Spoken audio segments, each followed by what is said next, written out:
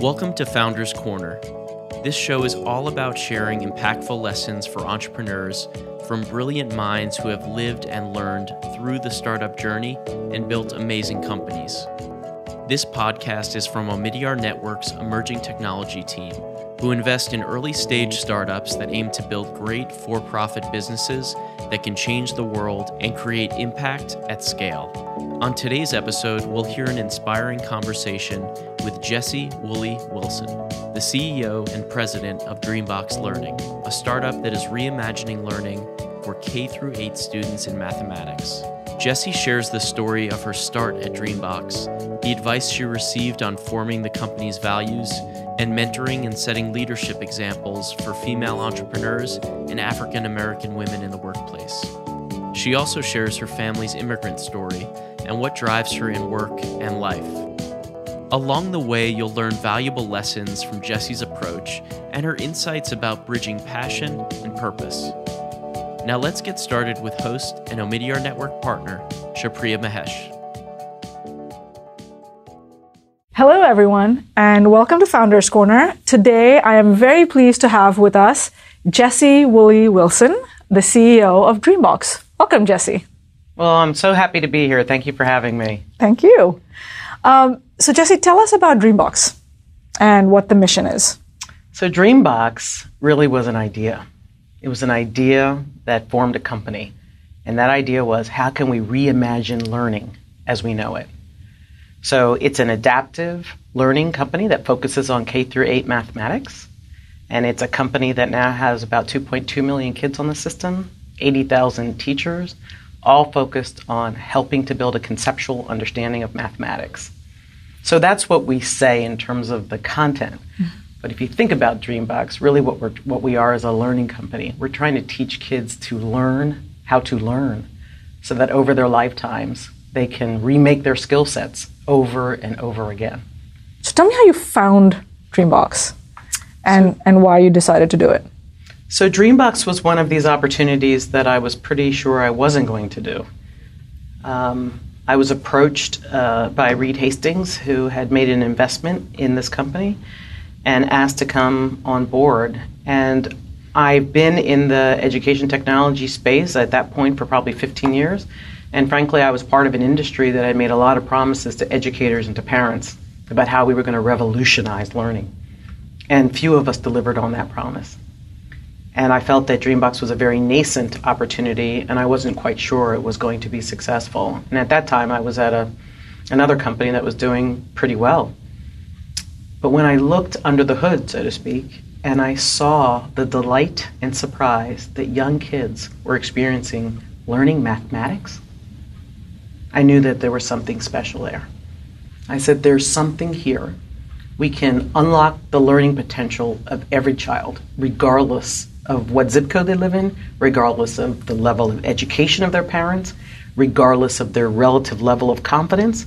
If we can figure out a way to use technology to delight and inspire young learners, that's great for learners, that's great for families, it's great for communities. I'd argue it's great for democracy. If we can unlock the learning potential of every child, then we can unlock human potential. Yeah. How did you come up with, every company has mission, vision, values? We didn't have codified company values, and I wanted to create them and design them. And I remember having a conversation with Reed, and he said, well, why do you want to create them? I said, well, you have to have values so you can live by them. Live by them and attract people who are in alignment with them, who will extend them. He said, well, why don't you try to discover them instead of designing them? I'm like, that's big. That was big. Yeah. I felt like my black lab when I say, do you want a treat? And his head tilts a little bit. I felt my head tilting with deep appreciation. I had an epiphany. And that took some pressure off. So I got the leadership team together and I said, we're a great company. We're collaborative. And we hired a facilitator outside, and we codified a series of values that are things like benevolent friction. We're hard on ideas, but we're soft on people. We think that we have to subject good ideas to a lot of scrutiny in order to make good ideas great ideas. Talk more about that. Benevolent friction. I don't think I've ever heard that before. Yeah. So, we're in an important industry. Learning and shepherding the minds and hearts of young kids is very important. We don't want to experiment lightly. So we have to, as we innovate our product, we have to be willing to kind of suppress our ego around our own ideas, bring it to a larger group that has deep expertise and a shared passion and shared goals, and invite them to make it better. And so we learn from our mistakes, and we subject ourselves to the scrutiny of our peers because we trust that there's no malice, and we trust that we all have common goals. And so it's hard, though, because if you spend a lot of time on an idea and you think you have something good, and then you submit it to the scrutiny of your peers, you might get some feedback. But if you start with the premise that everybody wants the same thing, and that we are willing to risk each other's discomfort in order to serve children and teachers better, amazing things can happen. So benevolent friction, tough on ideas, but soft on people. The other thing is that we're a learning community. We are learners, and it's okay to make mistakes. We want kids to make mistakes every day because that's how we understand how they think. We have to try things and risk mistakes to do it. And how do you live those values? I mean, how do you demonstrate them? Do you have it apply to yourself as well in terms of benevolent friction? It has to. If it doesn't apply to me, then it doesn't. It's not germane. It's not authentic. I remember my head of engineering came to me and he said, I think that we should adopt a best practice at other engineering firms. We should create like an internal innovation hub. And I said, that's great.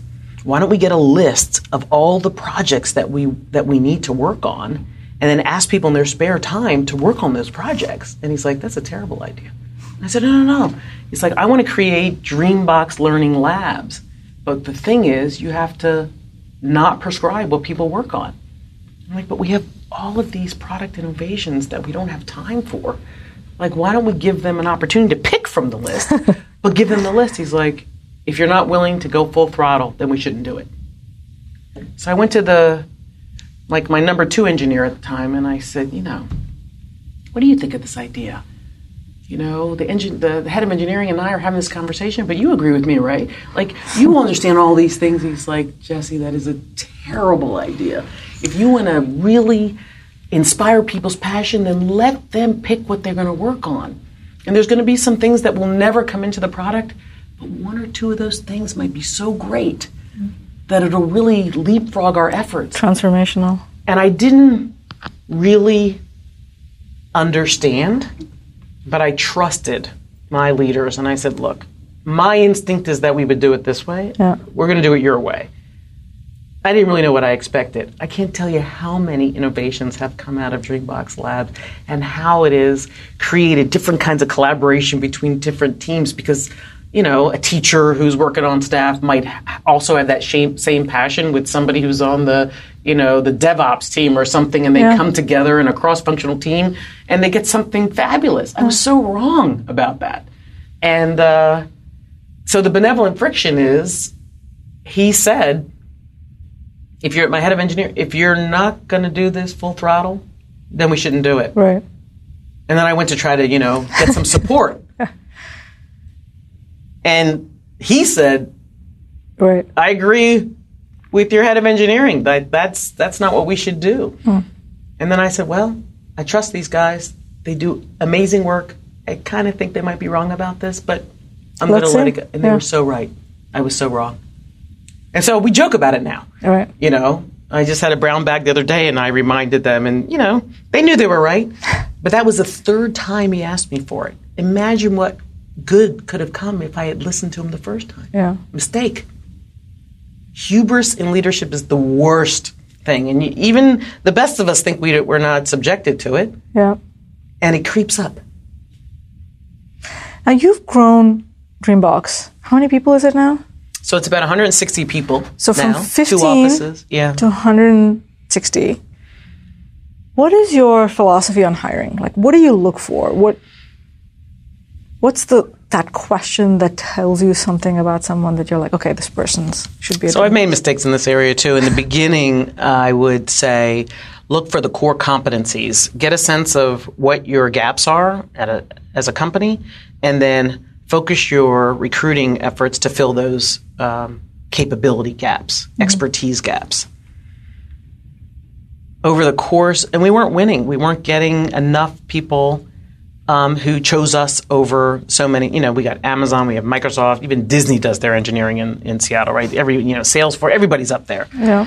And just talking to people about their capabilities isn't sufficient. So we pivoted after we did that work on our values, and we led with our mission and our values. We have some of the most extraordinary people who have left amazing companies to come and do important work at DreamBox, because many of them are in the zone. They have kids that are in the zone, and they see what's happening with their kids that have really well-educated parents, and they're still in schools, and there's still something missing. But also people who understand that this democracy that we have is inextricably linked to our ability to educate and inspire great citizenship. Great citizens inspire great citizenship. And so they choose DreamBox because they want to have a lasting impact on the world. And they're young. I mean, I don't think I was thinking like this when I was in my 20s. I'm so impressed with young people. I mean, they're very demanding to manage. I will say yes, that. They but are. I'm very impressed that they are unapologetic about combining in harmony, doing well to do good. Yeah. I wasn't like that when I was there. That's an evolution, I think. Yeah. How do you think about your role as, a woman leader of color within the company and in the larger ecosystem? Tech is it's doing a lot better than when I started 17 years ago, 18 years ago. Still, it has a long way to go, and it really can be a beacon and set an example. So how do you think about yourself? I struggle with this. I think that as an African-American woman, I have come to appreciate that society oftentimes tries to impose masks on me and on people like me.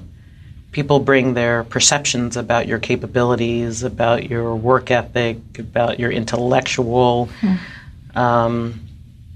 promise based on whatever their life experiences have been, or perhaps based on what they've seen on TV. They don't know you, but they think they know you. You're a representative of a group of people. It might have nothing to do with you. And when you walk down the street, or you walk into a boardroom, or you walk into an investor meeting, you don't know what masks people have in mind for you and are trying to impose on you. You could be very oppressed by that, the weight of that, or you can assume that with every interaction you have with someone, you have at least the opportunity to bring somebody who might be negative to neutral, or someone who's neutral to positive. It's a special burden. So I don't see myself as a black woman running a software company. I see myself as a servant leader to an amazing staff. But I know that society might see me differently.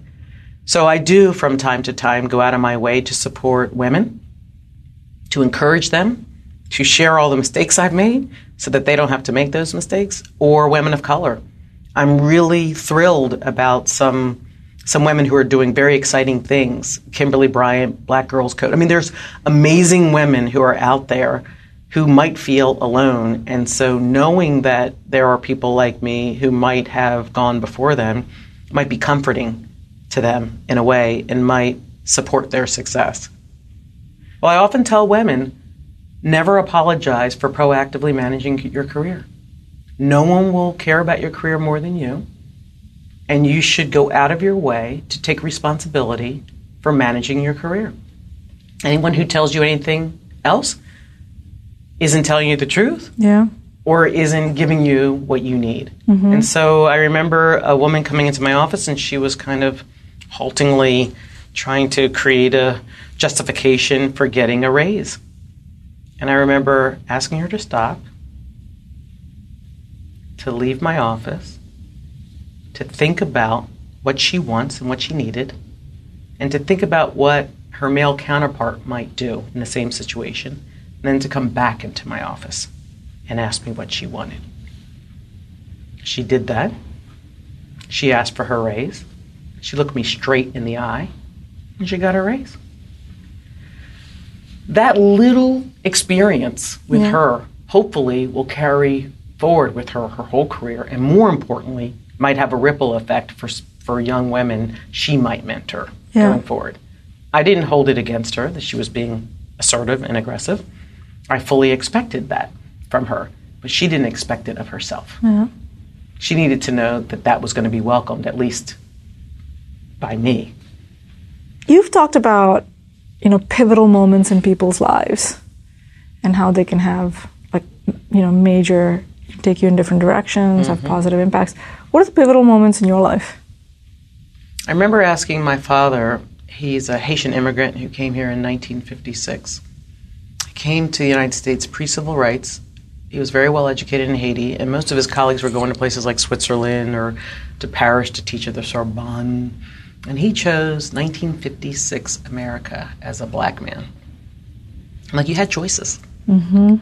Why America and why then? And he said, I read about Bobby Kennedy and Martin Luther King, and I had the sense that America was on its ascendancy. And I knew I was very well educated, and I had my family and my faith. And I was very confident I could make a life for myself and my family. And I thought to myself, how confident a black man was in 1956 to come here. I wonder how immigrants from other countries might be thinking of America right now. And I remember at that moment saying how blessed I am to have parents who support me and see my spark and access to an excellent education. My task was to do as well as I could in school, and they were going to try to take care of the rest of it. How many kids don't have that kind of parenting and don't have access to a quality education, but who still have the same spark? So for me, that was a pivotal moment because I felt lucky. I understood how much luck had to do with life success. And that was something that motivated me to explore how I might be able to support. I never saw myself as a teacher. That's such a noble thing. There's parents and grandparents and teachers and then the rest of us. Right. So I didn't think I could do that, but I thought I could support that. So that was a pivotal moment. So if you could look back at your experience at DreamBox or your career, what advice would you give yourself 15 years ago? Surround yourself with people who support your passions. Oftentimes we get derailed from things that we care very deeply about because that's not what people like you should do. And I think, as I mentioned, I will never underestimate the power of passion and purpose. And I think sometimes we compartmentalize passion in our pursuit of excellence or a pursuit of a career. And I think they belong in harmony. Well, I just want to thank you. I think you're an amazing example and a leader. And thank you for making this time to chat with us. Well, thank you. I really enjoyed our conversation. Likewise. Thank you very much. That was the conversation with Shripriya Mahesh and Jessie Woolley-Wilson. Thanks so much for listening, and special thanks to Jessie. You can read more about DreamBox Learning at dreambox.com, and you can follow Jessie on Twitter at JessieWW.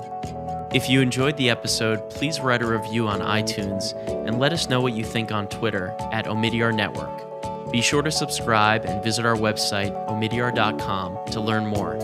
Thanks for listening to Founders Corner, and we'll see you next time.